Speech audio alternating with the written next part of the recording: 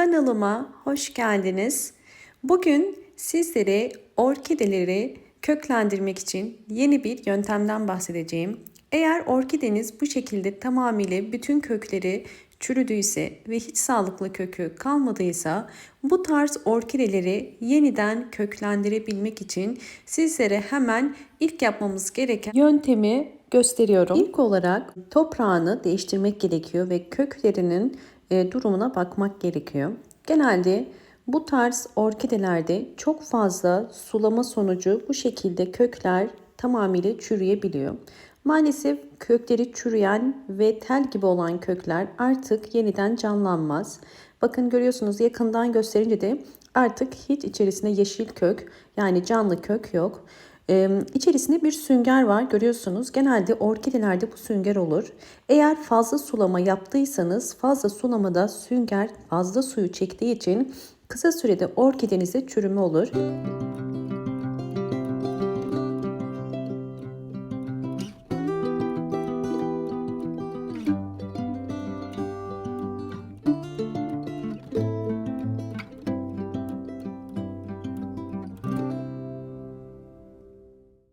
Orkidemin bir çiçek dalı var, fakat bu çiçek dalını da keseceğim. Çünkü bu çiçek dalı orkidenin yeni kök çıkarmasını geciktirebilir.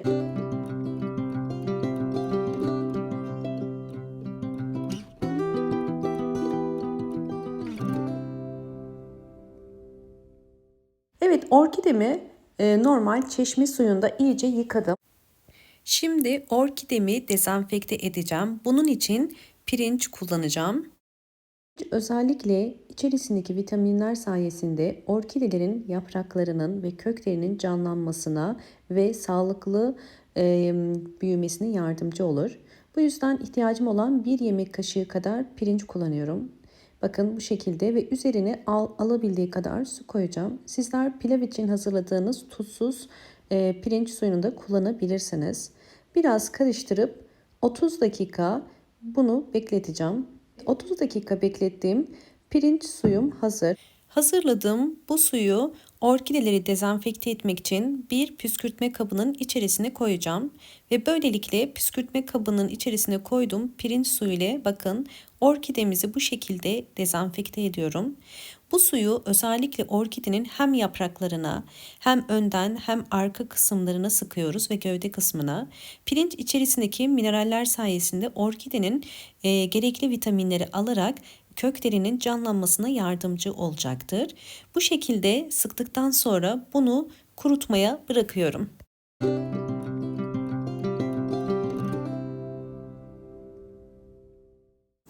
Bugünkü yöntem için bir pet şişeye ihtiyacımız var. Orkidemizi bugün biz sera yöntemiyle kurtaracağız. Bunun için bir şişe kullanıyorum. Şişenin büyüklüğünü kendiniz ayarlayabilirsiniz orkidenize göre.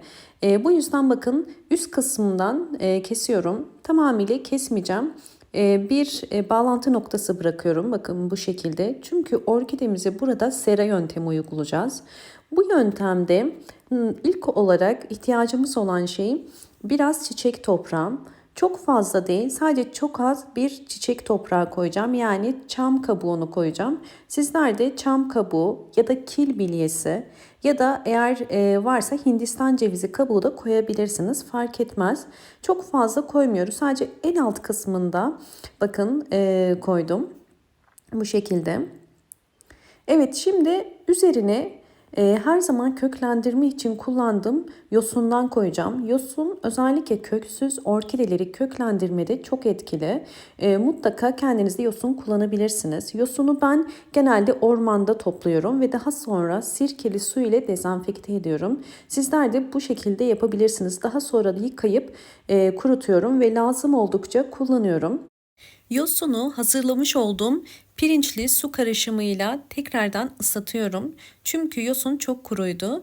Bu yöntemde özellikle yosunun nemli olması gerekiyor. Eğer nemli olursa orkide kökleri çok daha hızlı çıkacaktır. Bu yöntemde orkidemiz sürekli nemli kalarak hızlı bir şekilde köklenecektir. Orkidem de gördüğünüz üzere kurudu. Dezenfekte ettik. Şimdi yeni ortamı için hemen orkidemi alıyorum. Evet, orkidenin bakın gövde kısmı yosunun içerisine oturacak şekilde koydum. Yani sadece gövde kısmı en alt yosunun içerisinde oluyor.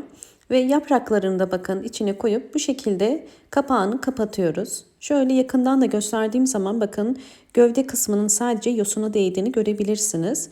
Burada orkide gövdesi yosun sayesinde sürekli nemli kalarak hızlı bir şekilde kök çıkaracaktır. Bir bant ile bakın kenarından açılmaması için bu şekilde yapıştırdım.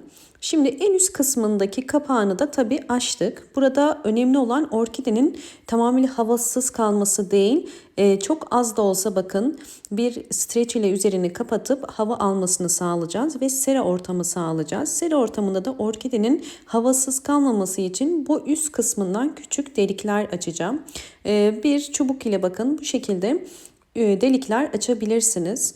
Burada hava akışını da sağlamış olacağız. Orkidemin gelişimini sizlerle paylaşacağım. Aylar içerisinde orkidemizin kök çıkarımını bekleyeceğiz. Ve özellikle sizlere bu yöntem ile denediğim ve sonuç aldığım önce bir orkidemi de göstermek istiyorum.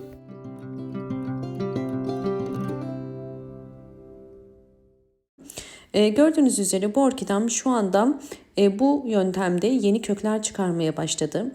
Bu tarz orkideler eğer köksüz ise 3 ay içerisinde orkideleriniz yeniden köklenir. Burada sabırlı olmanız gerekiyor.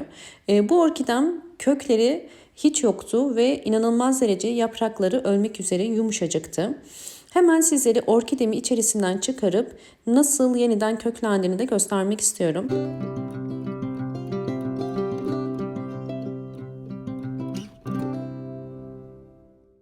Şöyle yakından da görebileceğiniz üzere bakın orkidemin yeni kökleri var. Şu anda 6 tane yeni kök çıkardı.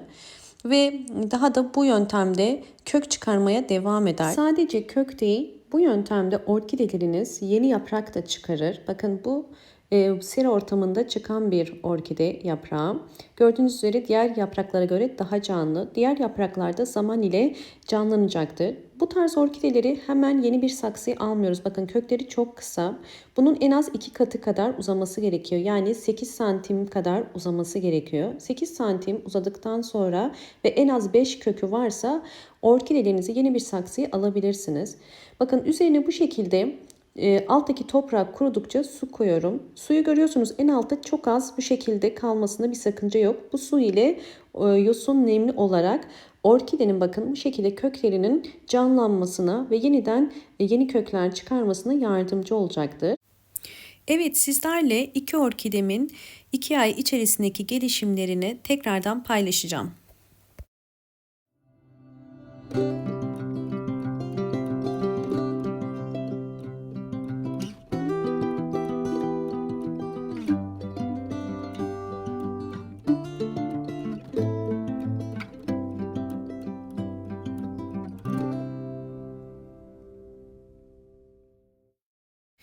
Evet, sizlerle beraber dezenfekte ettiğim ve sera yöntemi uyguladığım orkidemin sonucunu paylaşıyorum. Gördüğünüz üzere bu orkidem hem yeni kökler çıkarmaya başladı hem de yeni bir yaprak çıkardı. Bu yöntemde orkide mutlaka sonuç verir. Bir orkidenin bu şekilde sonuç vermesi 2 ayı bulur. Bu bulunduğunuz iklime ve ortam sıcaklığına göre de değişebilir. Ve gördüğünüz üzere bakın şu anda 3 tane kökü var. Bu orkidemin tekrar kök çıkarabilmesi için ben bu yönteme devam edeceğim. Çünkü yeterli kökü yok. Bu da yine sizlere göstermiş olduğum orkidem. Bakın bu da 2 ay sonunda kökleri daha da uzadı ve şu anda birçok kökü var. Ve aynı zamanda bakın yaprakları yumuşaktı ve daha da canlandı. Bu orkidem artık yeni bir saksıya ekilmek için hazır. Bu orkideyi sizler yeni bir saksıya yani toprağa ekebilirsiniz.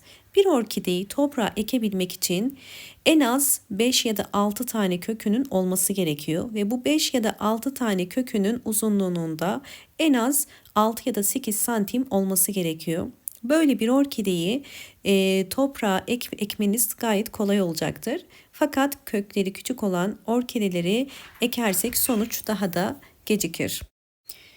Evet, orkidelerinizi özellikle bu aşamada bol ışık alan bir pencere kenarına konumlandırın. Direkt güneş almayacak, sadece bol ışık alması gerekiyor. Ve yosunu kurudukça mutlaka bu yöntemde su ekleyin. Bakın en altta gördüğünüz üzere sürekli su var. Fakat çok fazla koyarsanız bu küflenmesine sebep olur. Bu yüzden suyu sadece toprağın uç kısımları suya değecek şekilde olması gerekiyor. Umarım bu videom sizler için faydalı olmuştur. Videomu buraya kadar izlediyseniz ve beğendiyseniz hemen beğen tuşuna basıp kanalıma da abone değilseniz eğer bana destek olmak için abone olabilirsiniz. Bol bol yorumlar yapıp yorumlar kısmında da sorularınız varsa sorabilirsiniz. Hoşça kalın, sağlıkla kalın.